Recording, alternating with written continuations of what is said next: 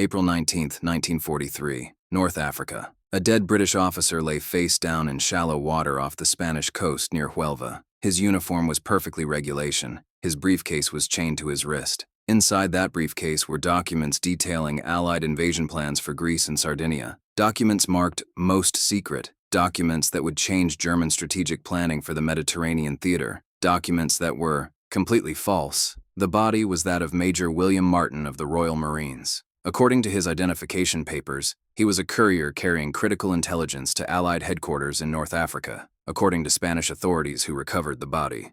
He had died in an aircraft accident over the Mediterranean. His body had washed ashore by chance. The briefcase was intact. The documents inside were readable. Spanish intelligence photographed everything before returning the body and briefcase to British officials. Those photographs went directly to German intelligence. Within days, German High Command was reading Allied invasion plans showing that the assault on Sicily, which German intelligence had predicted, was actually a deception, that the real invasion would strike Greece and Sardinia, that Allied forces were gathering in Egypt and North Africa specifically to attack the Eastern Mediterranean, not Sicily. Every detail seemed authentic. Unit designations, operational timelines, logistics planning, everything a German intelligence analyst would expect to see in genuine invasion documents. Hitler believed it completely. He redirected divisions from Sicily to Greece. He reinforced Sardinia. He positioned naval forces to counter the invasion threat his intelligence services had discovered through the documents recovered. From Major Martin's body, he was preparing to defeat an Allied invasion that existed only in the imagination of British intelligence officers who had created the entire operation. Because Major William Martin had never existed, the body wasn't a courier killed in an aircraft accident. It was a homeless man who had died of pneumonia in London. The uniform wasn't regulation issue. It was carefully constructed by theatrical costumers. The documents weren't genuine invasion plans. They were fabrications written by intelligence officers, and the briefcase wasn't chained to a dead courier's wrist. It was attached to a corpse by British naval intelligence as part of the most audacious deception operation of the war, Operation Mincemeat. The plan to float a dead body carrying false intelligence past German agents, to make Hitler believe the Allies would invade Greece instead of Sicily, to redirect German forces away from the real invasion target through documents discovered on a corpse. It was theater, performance art designed to fool an entire enemy intelligence apparatus, and the lead actor in this macabre production was a man who would never know he had played the most important role of his posthumous existence. But the body was only half the deception. Making a corpse look like a drowned courier required more than costume and documentation. It required creating an entire person, a life story, a personality, details convincing enough that anyone investigating Major William Martin would find a complete human being, not a theatrical construction. This required skills that military intelligence didn't possess. It required someone who understood how to build characters so convincing that audiences believed they were real. It required an actor. Lieutenant Commander Ewan Montague was the intelligence officer, managing Operation Mincemeat. He understood that creating a believable dead officer required more than paperwork. It required psychological realism, details that would make German intelligence analysts believe they were examining a real person's effects, not a constructed identity. Montague needed someone who could think like a character actor, who could build a complete personality from scratch, who understood that the smallest details made performances believable. He recruited Flight Lieutenant Charles Cholmondeley, not because Cholmondeley was an intelligence officer. He wasn't. He was an RAF officer who had worked in theater before the war, who understood character development, who knew that creating a convincing person required more than just documents. It required building a life that would withstand scrutiny, letters, photographs, personal effects, everything that made someone real rather than a name on identification papers. Cholmondeley approached this assignment like preparing for a role. He didn't just create Major William Martin's military identity, he created Martin's entire existence, his personality, his relationships, his problems, his hopes. He built a character so complete that anyone examining the body's effects would see a real human being who had lived and died, not a theatrical construction designed to deceive. The body itself came from Glyndar Michael, a 34-year-old homeless man who had died from pneumonia after eating rat poison in London. His body had been kept in a morgue specifically for this operation. Medical examiners had confirmed that pneumonia death created internal conditions similar to drowning. If Spanish doctors performed an autopsy, they would find lung damage consistent with death by water inhalation. The body would pass medical examination. But passing medical examination wasn't enough. The body had to pass intelligence examination. German agents would investigate. They would look for inconsistencies. They would check whether Major Martin actually existed, whether his unit was real, whether his identity could be verified through independent sources. Every detail had to be authentic or the entire operation would fail. Cholmondeley built those details methodically. He created letters from Martin's fiancée, not generic love letters, specific correspondence mentioning recent events, referring to mutual friends, discussing wedding plans. The letters were written by a female MI5 officer who understood that authenticity required emotional truth, not just correct format. The handwriting was feminine, the tone was intimate, the content was specific enough to seem real. He included a photograph of the fiancée, not a stock photo, a carefully selected image of a woman who looked like she could be engaged to a military officer. The photograph was slightly worn, like something carried in a wallet, looked at frequently, treasured. The wear made it real. Nobody carried pristine photographs of people they loved. They carried images that showed handling, that showed importance. He added financial documents, receipts for an engagement ring, an overdrawn notice from Martin's bank, a stern letter from Martin's father about financial irresponsibility. These details created dimension. Martin wasn't just a military officer. He was a man with personal problems, with debt, with family tension, with the kind of complications that made someone believable rather than idealized. The brilliance was in the imperfection. A perfectly constructed identity would seem suspicious. Real people had flaws, had problems, had details that didn't fit neat narratives. Cholmondeley understood this from theater. Characters felt real when they were complicated, when they had contradictions, when they seemed like actual humans rather than plot devices. He built Major Martin the same way, with complications and contradictions that made him seem authentically human. The body was prepared in a London mortuary, under conditions of absolute secrecy. Only a handful of people knew what was happening. The corpse of Glinder Michael was dressed in Royal Marine uniform. The uniform wasn't standard issue. It was tailored specifically for the body, fitted to make it look like Martin had worn it regularly, aged slightly to show use, details that would pass inspection by anyone examining the corpse. The briefcase was the critical component. It couldn't just be attached to the body. It had to look like Martin had been carrying it when he died, like it had been chained to his wrist for security during transport. The chain was standard military issue, locked. The key was in Martin's pocket. Everything suggested he had been carrying classified documents and had secured them properly according to regulations. The documents inside were masterpieces of deception, not crude forgeries, actual military correspondence written on proper stationery with correct formatting and appropriate signatures. The letters appeared to be from Lieutenant General Archibald Nye, Vice Chief of the Imperial General Staff, to General Harold Alexander, Commander of Allied Forces in North Africa. They discussed operational planning for invasions of Greece and Sardinia, mentioned Sicily only as a deception target to mislead the Germans. Every detail was crafted to seem authentic. Cholmondeley had studied German intelligence methodology. He knew how they verified documents. They checked signatures against known examples. They analyzed paper and ink. They looked for formatting inconsistencies. They cross-referenced information with other intelligence sources. The mincemeat documents were designed to pass every test. The signatures were genuine, obtained from actual letters that Nye had written. The stationery was authentic. The information aligned with German intelligence assessments about Allied force dispositions, but the genius was in what the documents didn't say. They never explicitly stated, "We are invading Greece." That would seem suspicious. Instead, they discussed operational details that assumed Greece was the target. They mentioned logistical challenges specific to Greek terrain. They referenced units that intelligence indicated were positioned for Eastern Mediterranean operations. They created a picture through implication rather than declaration. This made them more credible because genuine. Military correspondents rarely stated objectives directly. The body was transported to Scotland in late April 1943, loaded onto HMS Seraph, a submarine. The crew wasn't told what they were carrying. Only the captain knew the mission. Transport a body to Spanish waters. Release it where currents would carry it to shore near Huelva. Ensure Spanish authorities discovered it. The location was critical. Huelva had German intelligence agents. They would learn about the body. They would obtain copies of the documents. They would forward everything to Berlin. The submarine crew performed the mission professionally. They didn't question orders. On April 30th, HMS Seraph surfaced off the Spanish coast before dawn. The body was brought on deck. A brief ceremony was performed.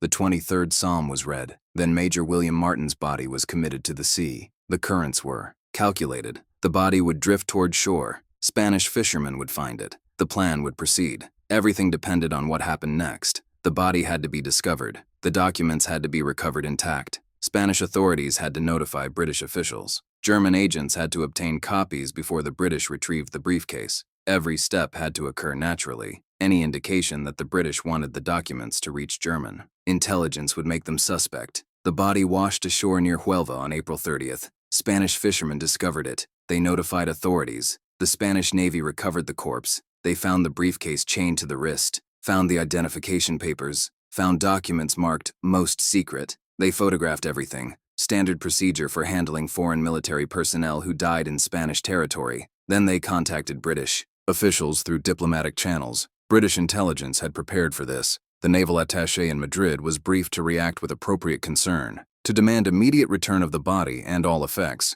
to emphasize the classified nature of the documents to create the impression that Britain desperately wanted those documents back before anyone could read them. This urgency would make the documents seem more valuable, would encourage Spanish intelligence to share them with German agents before returning them. The performance worked perfectly. Spanish intelligence photographed the documents before returning them, shared the photographs with German agents in Madrid. The agents transmitted everything to Berlin. Within days, German intelligence was analyzing documents recovered from a dead British courier, documents that revealed Allied invasion plans, documents that seemed completely authentic. The German analysis was thorough. They verified signatures, checked the stationery, cross-referenced unit designations with known intelligence about Allied force dispositions. Everything aligned. The documents appeared genuine. The courier's death appeared accidental. The recovery appeared fortunate chance. German intelligence concluded the documents were authentic. They recommended strategic repositioning to counter the invasion of Greece and Sardinia. Hitler accepted this assessment. He had been uncertain where the Allies would strike. Sicily seemed obvious, too obvious.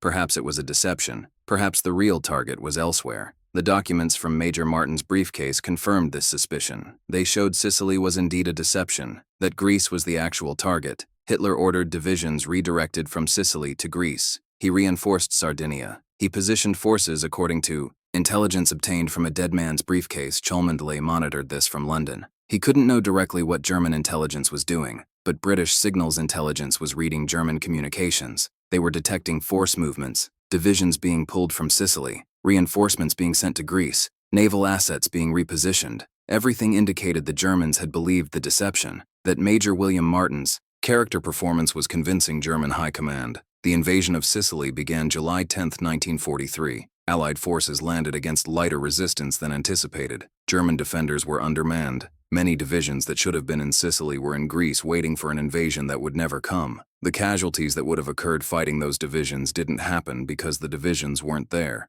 They were defending against a dead man carrying false documents. Allied intelligence calculated the impact. Operation Mincemeat had diverted approximately 4 divisions from Sicily. Thousands of German soldiers who would have fought at the invasion beaches were hundreds of miles away. The reduced resistance at Sicily meant lower Allied casualties during the landings. Conservative estimates suggested the deception saved between 2,000 and 5,000 Allied lives by thinning German defenses at the actual invasion target. But nobody could acknowledge this publicly. The operation remained classified. Cholmondeley couldn't discuss his work creating Major Martin's character. Montagu couldn't reveal how the deception had been executed. The success had to remain secret because revealing it would compromise future deception operations. The Germans had to continue believing Major Martin had been a real person whose death had accidentally exposed Allied plans. This meant the people who had created the operation received no recognition. Cholmondeley had built a character so convincing that German intelligence believed completely, had created personal details so realistic that analysts found a complete human being when they investigated Major Martin's identity,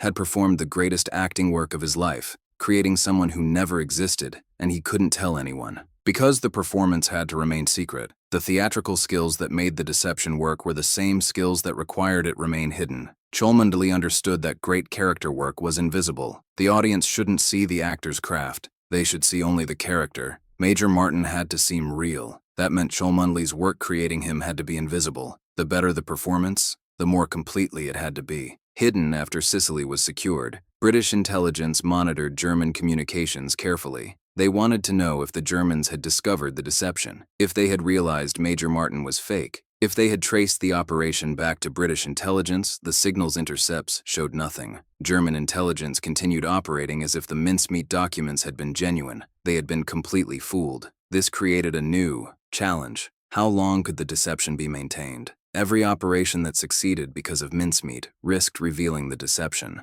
If the Germans noticed that all their grease defenses were useless because the invasion never came, they might reconsider whether the Martin documents had been genuine. British intelligence had to ensure the deception remained believable. Even after its strategic purpose had been served, the deception was maintained. Through calculated silence, British intelligence didn't publicize their success in Sicily, didn't reveal that German forces had been misdirected, didn't acknowledge that Operation Mincemeat had worked. The lack of acknowledgement allowed the Germans to continue believing their intelligence had been sound, that the Sicily invasion had succeeded despite their preparations, not because of misdirected preparations, that Major Martin's documents had been genuine, even though the invasion they described never occurred. This silence had costs. The people who created the operation couldn't be recognized. Cholmondeley had performed character work that fooled an entire enemy intelligence apparatus, had created a person so convincing that experienced German analysts believed completely, had saved thousands of lives through theatrical skill applied to deception operations,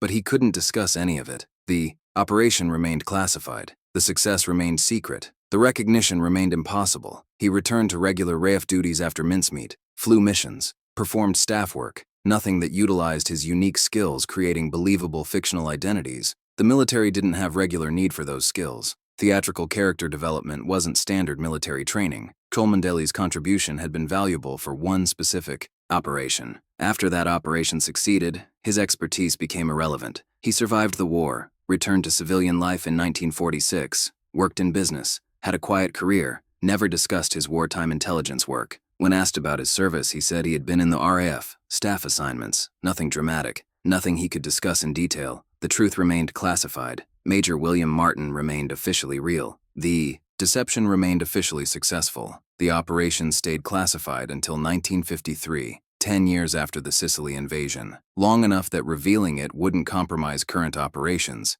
The British government released a sanitized account, acknowledged that a deception operation had been conducted, that a body carrying false documents had been floated past German intelligence, that the operation had contributed to Sicily's success. But the account didn't name the people involved, didn't explain how the deception had been constructed, didn't credit Cholmondeley's theatrical skills creating Major Martin's character. Ewan Montagu, the intelligence officer who managed the operation, published a book in 1953, The Man Who Never Was. It described Operation Mincemeat in detail, explained the planning, the execution, the success. The book became a bestseller, was adapted into a film in 1956. Montagu became famous as the mastermind behind one of the war's most successful deception operations. Cholmondeley was barely mentioned. The book acknowledged he had participated, didn't explain his specific contributions, didn't describe how he had created Major Martin's character, didn't credit the theatrical skills that made the deception believable. The narrative focused on Montagu's strategic planning and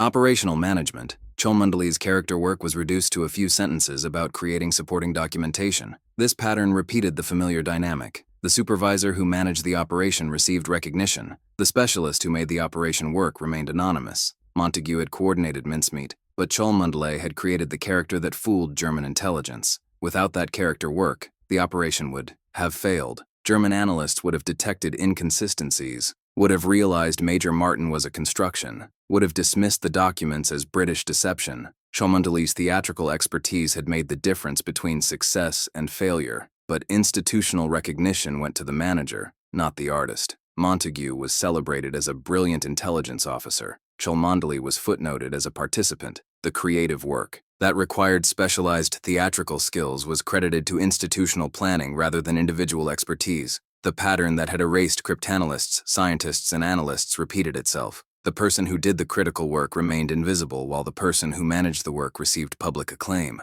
Cholmondeley didn't protest, didn't demand recognition, didn't publish his own account explaining what he had contributed. He understood that Montagu's visibility served a purpose, that having a public face for Operation Mincemeat allowed the operation to be celebrated without revealing intelligence methodologies, that Cholmondeley's anonymity protected the techniques that had made the deception work, that staying silent was part of serving the institution that had won the war. He died in 1985 at age 75. His obituary mentioned his RAF service, noted he had participated in intelligence operations, referenced Operation Mincemeat briefly, said nothing about creating Major Martin's character, nothing about the theatrical skills that had fooled Hitler's high command. Nothing about saving thousands of lives through character work so convincing that enemy analysts believed completely. The full story of Cholmondeley's contribution emerged gradually through declassified documents. Intelligence historians, researching Mincemeat, found his working papers, found the character notes he had written developing Major Martin's personality,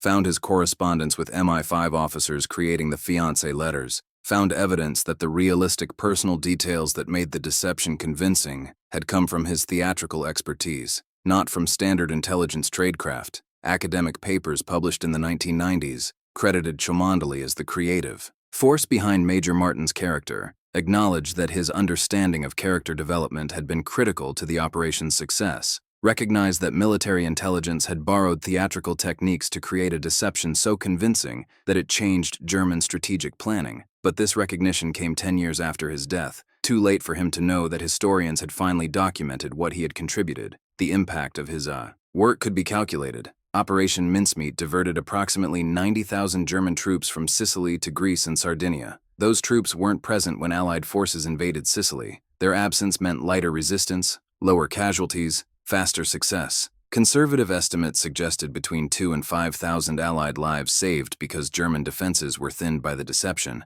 Cholmondeley's character work had created that outcome. Major Martin's believability had convinced German intelligence. That conviction had redirected troops. Those redirected troops hadn't killed Allied soldiers who would have died fighting them. The chain of causation ran directly from theatrical character development to lives saved on invasion beaches, but that chain remained invisible in public histories that credited institutional planning rather than individual creative work. The broader lesson extended beyond one operation. Mincemeat proved that modern warfare required skills beyond traditional military training, that winning battles sometimes required artists, not just warriors, that character actors understanding psychological realism could influence strategic outcomes as effectively as generals commanding divisions. The military borrowed Cholmondeley's expertise for one operation, then returned him to conventional duties because institutions didn't know how to integrate specialized creative skills into standard military structures. This was the fundamental tension. Military organizations valued standardization, predictable processes,